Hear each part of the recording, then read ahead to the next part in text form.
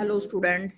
बेटा आज हम कविता आत्मपरिचय जो कि राय बच्चन के द्वारा रचित है उसका अध्ययन करेंगे। बेटा हरिवंश राय बच्चन वैसे भी फेमस कवि हैं, ठीक है बेटा।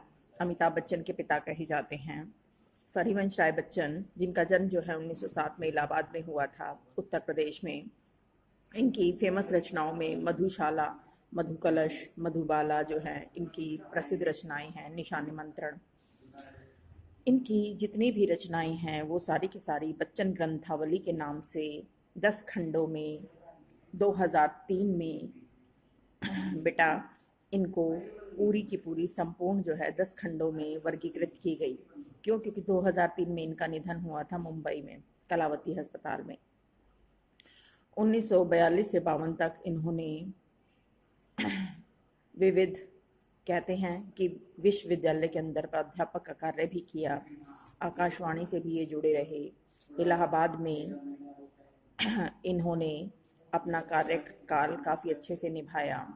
साथ ही इन्हें हालाबाद का प्रवर्तक भी कहते हैं। हालाबाद का प्रवर्तक इसलिए बेटा, हालाबाद का मतलब क्या है? हालाबाद का मतलब है जिन कवियों ने, मस्त फक्कड़ संत सूफी कवियों ने जो प्रेम पर रचनाएं लिखी हैं, ठीक है बेटा, और मैं, साकी और मधुशाला आदि का वर्णन किया है।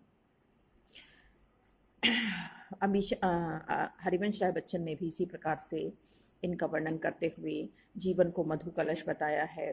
दुनिया जो है वो एक मधुशाला के समान है, कल्पना जो है वो साकी है, वहीं कविता जो है वो प्याला है जिसमें ढलकर जीवन जो है वो पाठक को पिलाया गया है। अर्थात इसके माध्यम से वो बताना चाहते हैं कि पाठक को कैसे नशे में मस्त कर दिया जाता है। उनकी यह आत्मपरिचय कविता भी निशान निमंत्रण से ही ली गई है। आत्मपरिचय निशान निमंत्रण का एक गीत है, ठीक है बेटा।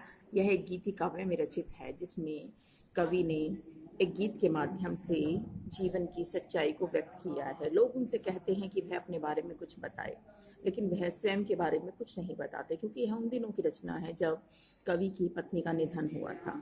कवि के 2 विवाह हुए थे बेटा। पहली पत्नी का निधन हो चुका था। पहली पत्नी जिनसे वो अत्यधिक स्नेह करते थे, प्रेम करते थे, ठीक है बेटा, उसकी विरह में, जुदाई में इन्होंने अपने दुख को व्यक्त किया। तो वहीं दूसरी पत्नी, जैसे इनके विवाह के उपरांत अमिताभ बच्चन जो है वो इनकी दूसरी पत्नी के ही संतान हैं। कवि क्या कहना चाहते हैं? कवि इस आत्मपरिचय कविता गीति काव्य के माध्यम से संसार से अपने द्वंद्वात्मक और विरोधात्मक संबंध को व्यक्त करते हैं। विरोधात्मक क्यों, द्वंद्वात्मक क्यों? क्योंकि संसार और कवि की जो सोच है वो बिल्कुल विपरीत है। संसार कुछ सोचता है लेकिन कवि कुछ सोचता है, क्योंकि कवि तो वैसे भी अपनी कल्पनाओं के जीवन में रहते हैं, ठीक है बेटा। कवि कहते हैं, मैं जग जीवन का भार लिए फिरता हूँ, फिर भी मैं जीवन में प्यार लिए फिरता हूँ। कर दिया किसी ने झंकृत जिनको छूकर, मैं सांसों के 2 तार लिए फिरता हूँ। अब सुनिएगा जरा ध्यान से, कवि इस पंक्ति के माध्यम से क्या कहना चाहते हैं। कवि कहना चाहते हैं, एक तरफ संसार जो है, संसार में जीवन जो है वो भार बताते हैं। क्यों? क्योंकि इस संसार में जीवन को सभी को ढोना होता है। सभी के लिए यह जीवन जो है, संसार जो है वो भार के समान है। ऐसे में कवि जो है इस संसार में से द्वंद्वात्मक संबंध के नाते एक तरफ जिए जा रहे हैं, संसार से विरोधाभास जताते हैं, तो दूसरी तरफ वो अपने हृदय में सबके लिए प्यार लिए हुए फिरते हैं। इसका मतलब एक तरफ वो संसार को बोझ मानते हैं, दूसरी तरफ वे संसार से प्यार भी करते हैं, संसार को प्यार भी बांटते हैं। कर दिया किसी ने झंकृत जिनको छूकर, मैं सांसों के 2 तार लिए फिरता हूँ। कवि कहना चाहते हैं कि कोई उनके जीवन में था जिसने उनके मन को छुआ, मन को स्पर्श किया, जिसके चलते अर्थात वह अपनी प्रेमिका का लगा लीजिए या किसी ना किसी स्नेह या प्रेरणादायक व्यक्ति का लगा लीजिए, जो मन को स्पर्श कर जाता है और वही स्पर्श जो है उसे उसके अंदर प्रेम का एहसास जगाता है, और वही एहसास प्रेम का वह संसार में बांटते हैं। अर्थात कवि जो है संसार में इन सांसों को ढो रहे हैं, लेकिन ये सांसें जो हैं वो प्रेम का स्पर्श पा चुके हैं, और प्रेम के स्पर्श से उसके अंदर से जो संगीत निकलता है वह भी प्रेम का ही निकलता है। इसलिए कवि जो है संसार में प्रेम रूपी संगीत जो है वो सबको बांटते फिर रहे हैं। इसका तात्पर्य कवि स्पष्ट कहना चाहते हैं कि उनके हृदय की सांसों को, वे सांसें जिसे वो व्यर्थ मान रहे थे, लेकिन वही सांसें जो है वो प्रेम का स्पर्श पाकर एक मधुर संगीत निकाल रही हैं, प्रेम का उपहार बांट रही हैं। ठीक है बेटा। और वही सुर, वो वही संगीत जो है वो सारे संसार को सुना रहे हैं। इसलिए कवि के हृदय में प्रेम भी है तो विरोधा भाव भी है। मैं स्नेह सुरा का पान किया करता हूँ, मैं कभी न जग का ध्यान किया करता हूँ। जग पूछ रहा जिसको, मैं अपने मन का गान किया करता हूँ। कवि कहना चाहते हैं, ध्यान सुनिए सुनिए, मैं स्नेह सुरा का पान किया करता हूँ। स्नेह सुरा का मतलब होता है स्नेह रूपी, प्रेम रूपी शराब। रूपक अलंकार है इस पंक्ति में, ठीक है बेटा। कवि क्या कहना चाहते हैं कि वे संसार में रहकर भी हर समय नशे में डूबे रहते हैं। कौन से नशे में? प्रेम रूपी नशे में, ठीक है बेटा। और वो उसी नशे का यानी इसी प्रेम का पान करते हैं, अर्थात उसी का सेवन करते हैं। इसका तात्पर्य हर समय वो नशे में डूबे रहते हैं, स्नेह के, प्रेम के नशे में डूबे रहते हैं। इसलिए वो संसार की बातों का ध्यान नहीं करते। संसार चाहे कुछ भी भोंके, कुछ भी कहे, भोगता रहे, क्योंकि उन्हें तो मस्त और फक्कड़ रहना ही पसंद है। क्योंकि उन्हें पता है कि संसार जो है वो स्वार्थी है और हर व्यक्ति जो है यहाँ पर अपनी सी गाता है। जग जो पूछ रहा उनको, जिन यानी कवि कहना चाहते हैं संसार तो केवल उन्हीं की पूछता है, संसार केवल उन्हीं के बातों में आता है, उन्हीं की सुनता है, उन्हीं की मानता है जो उन जैसे होते हैं। इसका मतलब स्वार्थी व्यक्ति ही स्वार्थी व्यक्ति के लिए काम आता है, उसकी सुनता है। लेकिन कवि स्वार्थी नहीं है, इसलिए संसार उनकी क्यों सुनेगा। समझ आया बेटा? इसलिए कवि कहते हैं मैं अपने मन का गान किया करता हूँ। कवि तो केवल और केवल अपने मन की सुनते हैं, अर्थात मन मौजी हैं, मन मस्त हैं, फक्कड़ हैं। वो तो केवल और केवल अपने ही मन का, अपनी ही कल्पनाओं की दुनिया में रहते हैं और अपने ही मन की सुनते हैं। इसका मतलब उनका मन जिस चीज़ को सही माने वो सही, और जिसको मन गलत माने वो गलत, ना कि वो दूसरों की बातों में आते। समझ आया बेटा? अर्थात वे संसार की बातों को तो बिल्कुल भी सुनना और बिल्कुल भी उसमें आना पसंद नहीं करते, क्योंकि संसार का तो उन्हें पता है हर व्यक्ति यहाँ पर स्वार्थी बैठा हुआ है। ठीक है बेटा। कवि क्या कहते हैं आगे ध्यान से सुनिए। मैं निज उर में उद्गार लिए फिरता हूँ, मैं निज उर के उपहार लिए फिरता हूँ। है यह अपूर्ण संसार न मुझको भाता, मैं स्वप्नों का संसार लिए फिरता हूँ। कवि क्या कहते हैं ध्यान से सुनिए। मैं निज उर में, उर का मतलब होता है बेटा हृदय, और उद्गार का मतलब होता है भाव और विचार। कवि कहते हैं कि उनकी अपनी दुनिया है, ठीक है बेटा। और उस अपनी दुनिया में, अपनी काल्पनिक दुनिया में, उनके हृदय में जो सबके लिए प्रेम ही प्रेम है, ठीक है बेटा, वह दुनिया के लिए उपहार है। ठीक है बेटा। ऐसे में कवि कहते हैं मैं निज उर के उपहार लिए फिरता हूँ।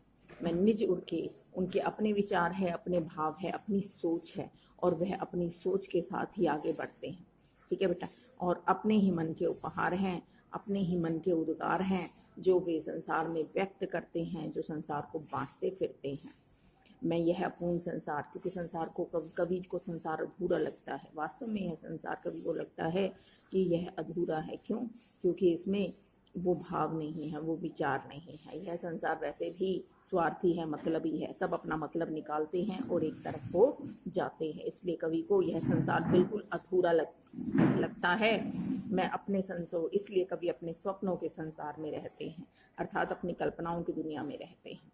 ठीक है बेटा। कवि का अपना सपनों का संसार है, उसी में वो रहना, उसी में वो जीना पसंद करते हैं। क्यों? क्योंकि अपने संसार में कम से कम आज़ादी और स्वच्छंदता तो है, वरना इस संसार में बंधन और बंदिशें ही हैं। ठीक है बेटा। कवि क्या कहते हैं आगे जरा ध्यान से सुनिए। मैं जला हृदय में अग्नि दहा करता हूँ, सुख दुख दोनों में मग्न रहा करता हूँ। जब भव सागर तरने को नाव बनाए, मैं भव मौजों पर मस्त बहा करता हूँ। कवि कहते हैं कि उनके हृदय में केवल और केवल मैं स्वप्न जला हृदय में अग्नि दहा करता हूँ। उनके हृदय में अग्नि है। अग्नि किसकी? विरोधाभास की, विरोध की अग्नि। ठीक है बेटा। संसार के लोगों के लिए वो एक तरफ वो प्रेम का उपहार बांटते हैं, तो दूसरी तरफ संसार के लोगों के लिए उनके मन में विरोध की अग्नि है। क्यों भड़क रही है? क्योंकि गुस्सा है। ठीक है बेटा। ऐसे लोग जो देख कर भी अनदेखा कर देते हैं, समझ कर भी नासमझ बन जाते हैं, ऐसे लोगों के लिए कवि के हृदय में केवल और केवल क्रोध ही क्रोध भरा हुआ है। कवि कहते हैं मैं जला हृदय में अग्नि दाह करता हूँ। दाह होता है दहन करना। ठीक है बेटा।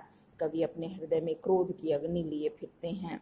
सुख दुख दोनों में मस्त रहा करता हूँ, क्योंकि कवि तो स्वयं हर परिस्थिति में मस्त है, चाहे वो सुख है या दुख है। लेकिन संसार के लोग हैं कि सुख आने पर तो बड़े खुश होते हैं, और थोड़ा सा दुख आया नहीं और वहीं पर घुटने टेक देते हैं। ठीक है बेटा। इसलिए कवि के हृदय में ऐसे लोगों के लिए कोई भाव नहीं है। वो कहते हैं ऐसे लोग केवल और केवल क्या है बेटा, डिंगे हाँकते हैं, बड़ी बड़ी बातें करते हैं, और जब करने का समय आता है तो पीछे हट जाते हैं। इसलिए कवि के हृदय में ऐसे लोगों के लिए केवल और केवल विरोध है। कवि कहते हैं, सुख दुख दोनों में मग्न रहा करता हूँ, वो तो हर परिस्थिति में मस्त हैं। ठीक है बेटा, हर परिस्थिति को हंसकर अपनाते हैं, चाहे सुख हो या दुख हो। इसका मतलब जीवन की कठिनाइयों का भी संघर्ष के साथ सामना करते हैं। जब भव सागर तरने को नाव बनाए, क्योंकि संसार के लोग हैं कि अपने ऐशो आराम के लिए, अपनी सुख सुविधाओं के लिए संसार में कितनी ही विषय वस्तुओं को जोड़ते हैं। ये भी कर लूँ, वो भी कर लूँ, आज मेरे पास ये हो जाए, वो हो जाए, और ये सारी चीज़ें होने के बाद मैं संसार से पार उतर जाऊँ। लेकिन ये नहीं पता कि जब जाते हैं तो खाली हाथ जाते हैं, यानी संसार में सब कुछ छोड़कर जाना होता है। कवि इसी सच्चाई को यहाँ पर व्यक्त करते हैं कि संसार रूपी सागर से, भव सागर, संसार रूपी सागर। ठीक है बेटा, यहाँ पर रूपक अलंकार का प्रयोग है। जिस कवि कहते हैं, जग भव सागर तरने को नाव बनाए।